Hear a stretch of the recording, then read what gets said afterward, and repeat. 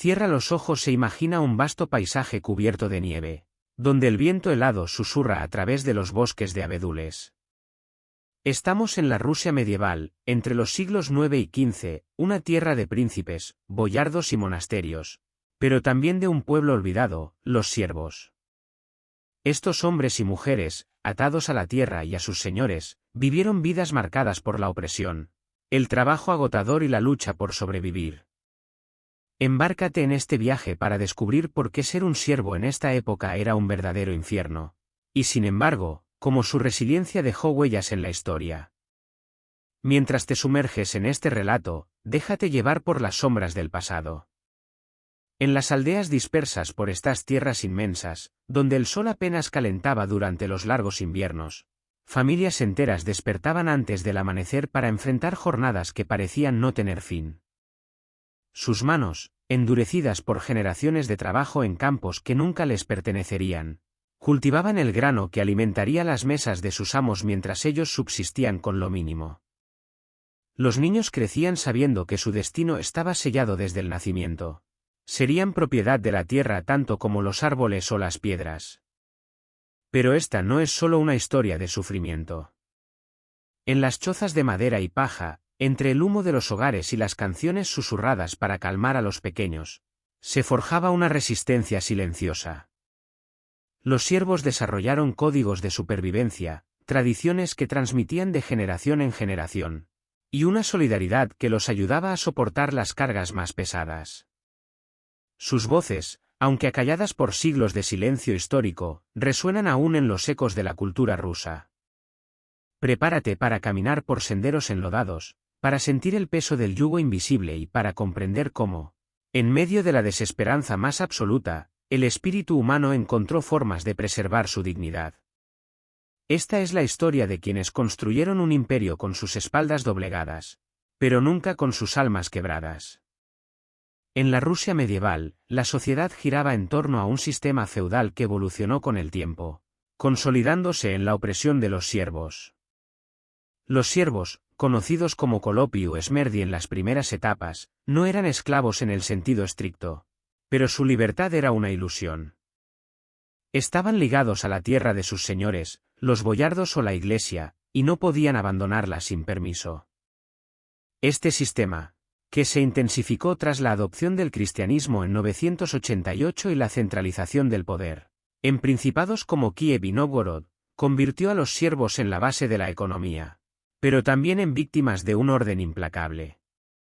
Para comprender la profundidad de esta opresión, debemos examinar cómo se estructuraba esta pirámide social. En la cúspide reinaba el príncipe, seguido por los boyardos, o nobles terratenientes que controlaban vastas extensiones de territorio, y los altos dignatarios de la Iglesia ortodoxa. Estos últimos, paradójicamente, predicaban sobre la caridad cristiana mientras acumulaban riquezas extraídas del sudor campesino. Los comerciantes y artesanos urbanos ocupaban un escalón intermedio, disfrutando de cierta movilidad que los siervos ni siquiera podían soñar. Y al fondo de esta estructura, sosteniendo con sus espaldas todo el edificio social, se encontraban los siervos, la inmensa mayoría silenciosa de la población. El proceso de ensiervo no fue repentino, sino gradual y sistemático. Muchos campesinos libres se vieron forzados a la servidumbre por deudas impagables, guerras devastadoras o simplemente por la necesidad de protección en tiempos de caos. Las invasiones mongolas del siglo XIII intensificaron este proceso, ya que los príncipes rusos necesitaban mano de obra estable para pagar los tributos exigidos por la Horda de Oro. Así, la libertad se convirtió en un lujo que pocos podían permitirse. Imagina despertar antes del alba, con el cuerpo entumecido por el frío, en una cabaña de madera compartida con tu familia y el ganado. El techo de paja gotea, el suelo de tierra está helado, y el humo del hogar apenas calienta el ambiente. Tu vida está dictada por las demandas del Señor, cultivar sus campos, pagar tributos en grano o miel, y realizar trabajos adicionales como construir caminos o reparar fortificaciones. La tierra no te pertenece, y una mala cosecha significa hambre para ti, no para tu amo. Este era el destino de los siervos, atrapados en un ciclo de servidumbre que ofrecía pocas escapatorias. Las obligaciones de los siervos eran múltiples y asfixiantes. La varshchina o prestación personal los obligaba a trabajar gratuitamente en las tierras del señor durante varios días a la semana, a menudo los más productivos. El obrok, un tributo en especie o dinero, les arrebataba una porción significativa de su ya escasa producción. Además, debían pagar por usar el molino del señor, el horno comunal, y hasta por el derecho a pescar en los ríos de sus propias aldeas. Los matrimonios requerían el consentimiento del amo, quien a menudo exigía pagos adicionales por otorgar su bendición. La justicia era otro instrumento de opresión. Los señores ejercían poder judicial sobre sus siervos, pudiendo castigarlos físicamente, confiscar sus pertenencias o separarlos de sus familias. Los tribunales principescos raramente escuchaban las quejas de los siervos contra sus amos, perpetuando un sistema donde la palabra del noble valía infinitamente más que la vida del campesino. Sin embargo, dentro de esta estructura aparentemente monolítica existían gradaciones de sufrimiento. Los colopi vivían en condiciones más cercanas a la esclavitud absoluta, mientras que los esmerdi conservaban ciertos derechos residuales. Algunos siervos trabajaban como artesanos especializados, disfrutando de un estatus ligeramente superior, mientras otros se veían reducidos a simples bestias de carga humanas. La Iglesia ortodoxa, aunque predicaba la igualdad espiritual, legitimaba activamente este orden social. Los sermones enfatizaban la obediencia como virtud cristiana, prometiendo recompensas celestiales por el sufrimiento terrenal. Los monasterios, lejos de ser refugios de compasión, se convirtieron en algunos de los amos más despiadados, justificando la explotación como servicio a Dios. Así se forjó el yugo bajo el cual vivieron millones de rusos durante siglos, un sistema que convertía a seres humanos en apéndices de la tierra, negándoles no solo la libertad física sino también la esperanza de un futuro diferente para sus hijos.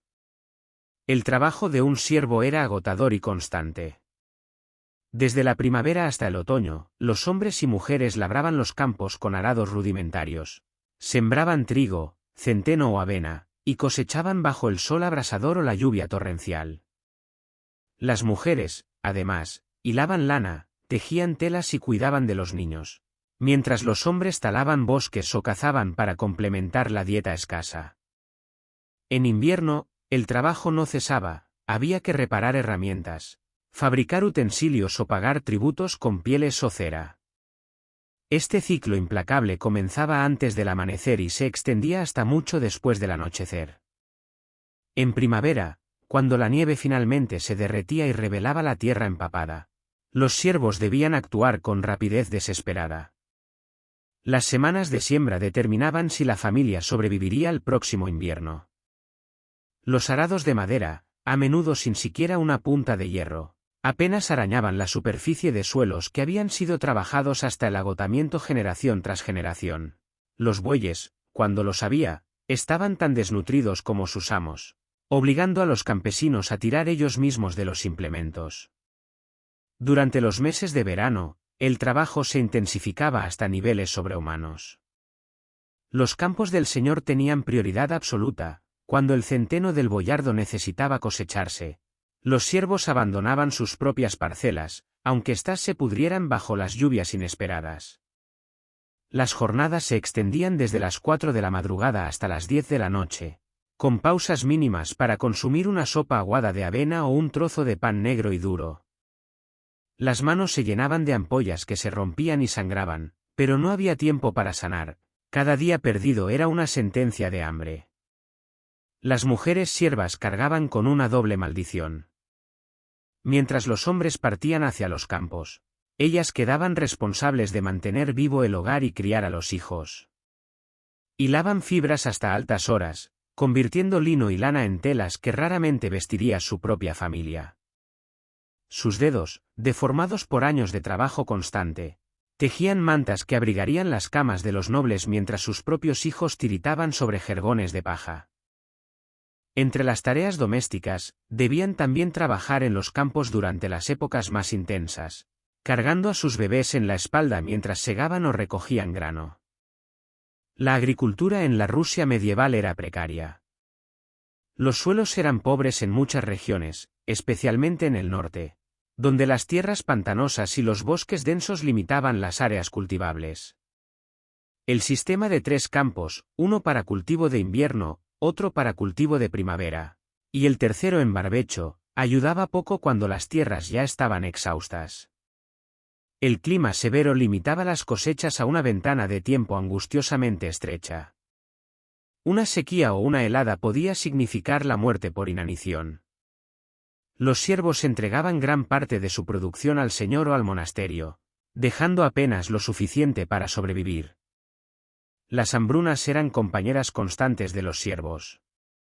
En los registros de la época, como las crónicas de Nóvgorod, se habla de hambrunas devastadoras que asolaron la región cada pocos años, 1024, 1070, 1127, 1161, 1215.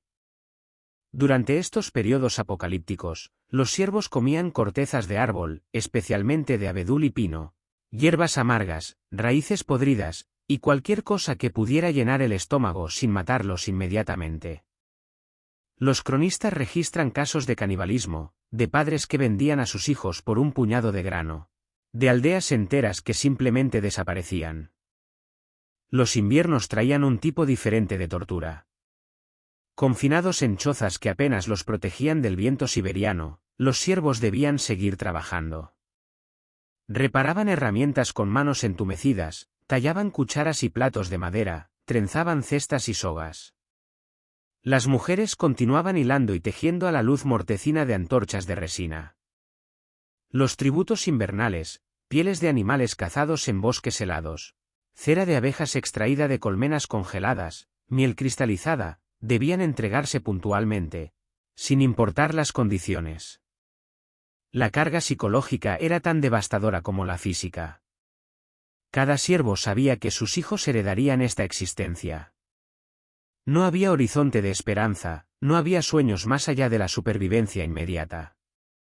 Ver morir a los hijos por enfermedades que una mejor alimentación habría prevenido se convirtió en una experiencia tan común que muchos padres desarrollaron una distancia emocional protectora, sabiendo que encariñarse demasiado solo multiplicaría el dolor. Piensa en una madre sierva, agotada tras un día de trabajo, meciendo a su hijo junto al fuego. Sus manos, curtidas como cuero viejo, acarician la cabecita febril. Sabe que el próximo invierno podría arrebatárselo, pero sigue adelante, con una fuerza que desafía la desesperación. En sus ojos apagados brilla aún una chispa de amor inquebrantable.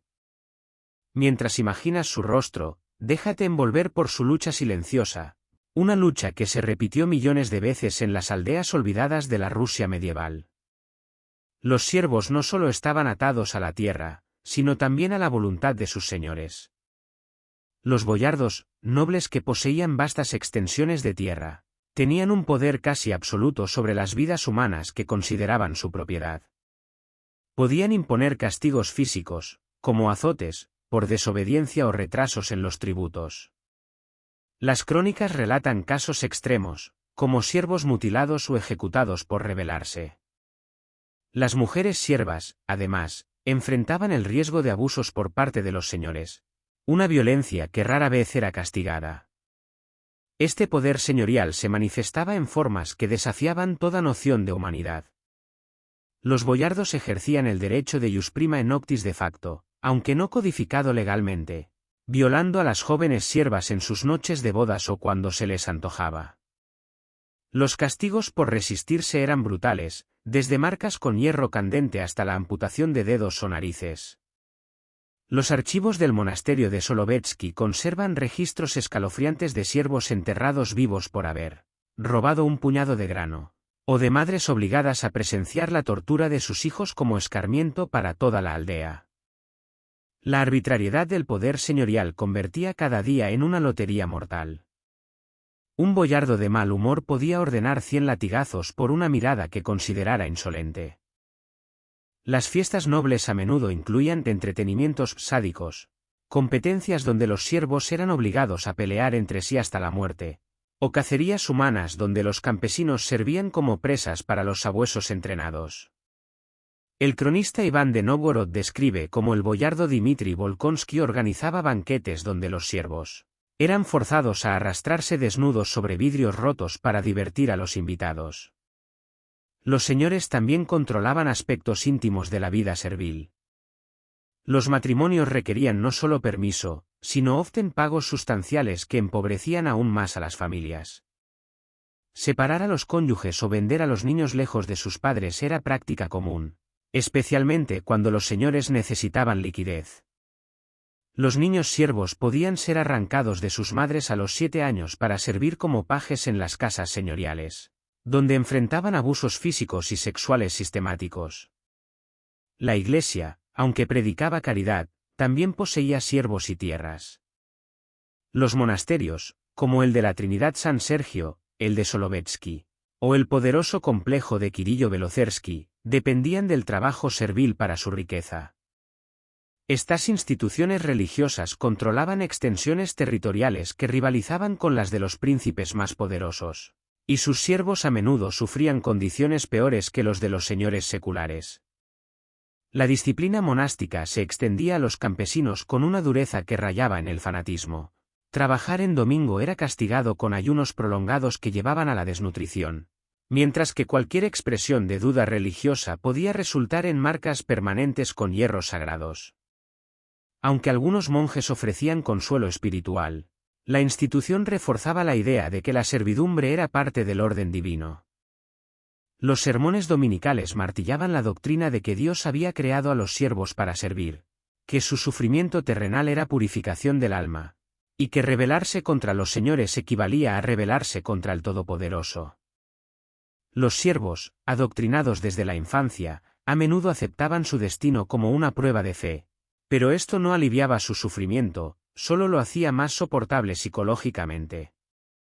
El sistema legal, como el Ruskaya Pravda, un código legal de los siglos XI-XII, ofrecía poca protección. Este documento, que regulaba la sociedad medieval rusa, establecía claramente una jerarquía de derechos humanos. El olopur, un hombre libre de alto rango, valía 80 grivnas si era asesinado, mientras que un siervo rural valía apenas 5 grivnas, menos que un caballo de guerra. Los siervos tenían menos derechos que los hombres libres, y su palabra valía poco en disputas contra sus señores. En los tribunales principescos, el testimonio de un siervo solo era considerado válido si era corroborado por al menos 3 hombres libres, una imposibilidad práctica que los dejaba completamente indefensos ante la injusticia. La deuda era otra trampa letal. Muchos campesinos libres caían en la servidumbre al no poder pagar préstamos o tributos, un ciclo que se perpetuaba por generaciones. Los zakupi, deudores siervos, representaban una categoría particularmente trágica. Habían conocido la libertad y la habían perdido. Sus hijos nacían ya encadenados a las deudas paternas, heredando no solo pobreza sino también la carga legal de la servidumbre. Los prestamistas, often los mismos boyardos, establecían términos usurarios que hacían virtualmente imposible la liberación. Intereses del 50% anual, pagos que debían hacerse en épocas de cosecha cuando los precios estaban más bajos, y cláusulas que convertían las deudas en hereditarias. Los documentos legales de la época revelan la sofisticación de este sistema de opresión.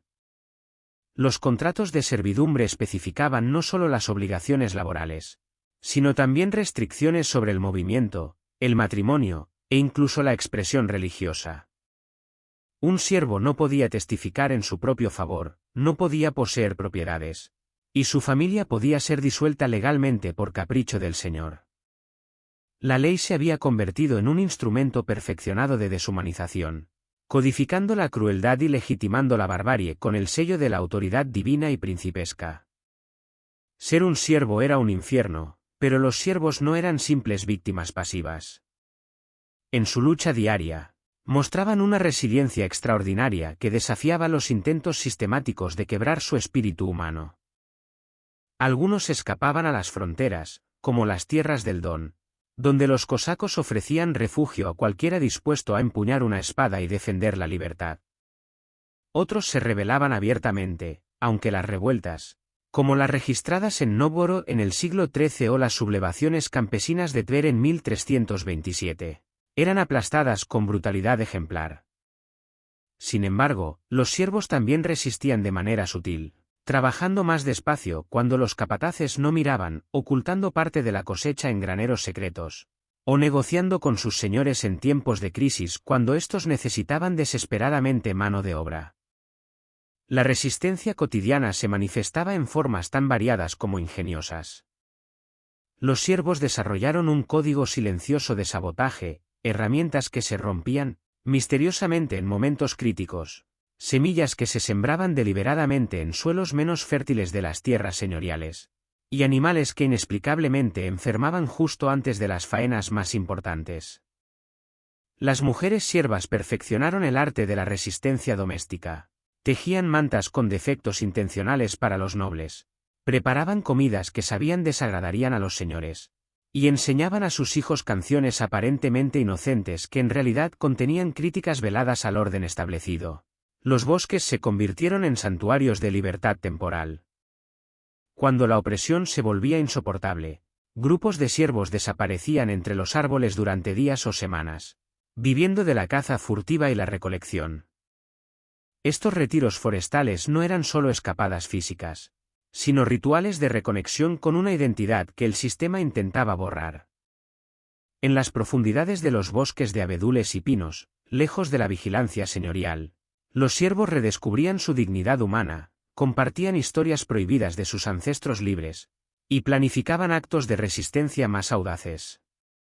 La fuga hacia las tierras fronterizas representaba la forma más dramática de resistencia. El viaje hacia el Don era épico y mortal, cientos de kilómetros a través de territorios hostiles, evadiendo patrullas señoriales, sobreviviendo a lobos y bandidos, enfrentando ríos helados y estepas infinitas. Los que llegaban a territorio cosaco debían demostrar su valor en combate para ser aceptados, pero aquellos que superaban estas pruebas ganaban algo que creían perdido para siempre, la libertad.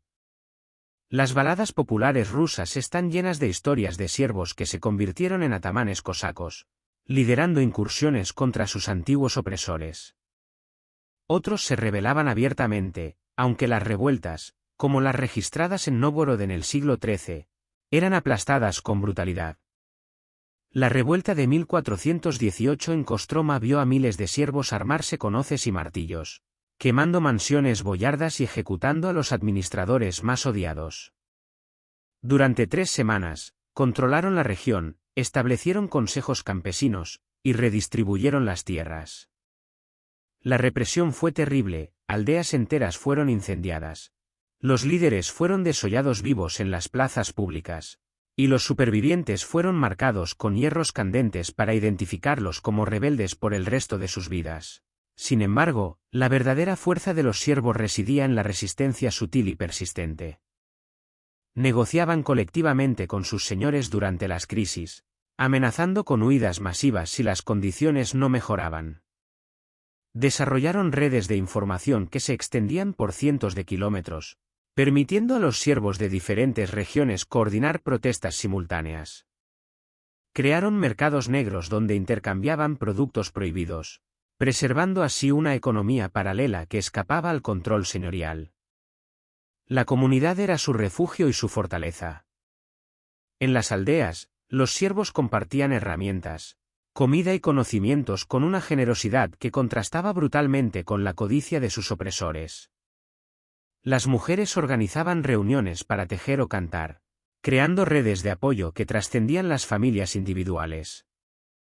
Estas reuniones eran más que encuentros sociales, eran células de resistencia cultural donde se preservaban tradiciones ancestrales, se transmitían técnicas de supervivencia, y se forjaban alianzas que sustentarían a la comunidad durante las crisis más severas. Los ancianos de las aldeas mantenían viva la memoria colectiva, narrando historias de tiempos cuando sus ancestros habían sido libres, preservando así una conciencia histórica que alimentaba la esperanza de liberación futura. Los niños siervos crecían escuchando estos relatos, desarrollando una comprensión instintiva de que su condición no era natural ni permanente, sino el resultado de fuerzas humanas que podrían ser eventualmente derrotadas. Las fiestas religiosas, como la Pascua ortodoxa, ofrecían momentos de alegría auténtica, donde los siervos bailaban y celebraban, recordando su humanidad en medio de la opresión. Durante estas celebraciones, las jerarquías sociales se relajaban temporalmente, señores y siervos compartían el mismo espacio sagrado, y los campesinos podían expresar su alegría sin temor a represalias.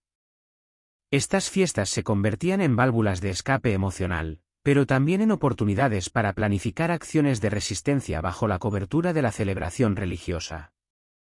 La música y la danza servían como formas de resistencia cultural.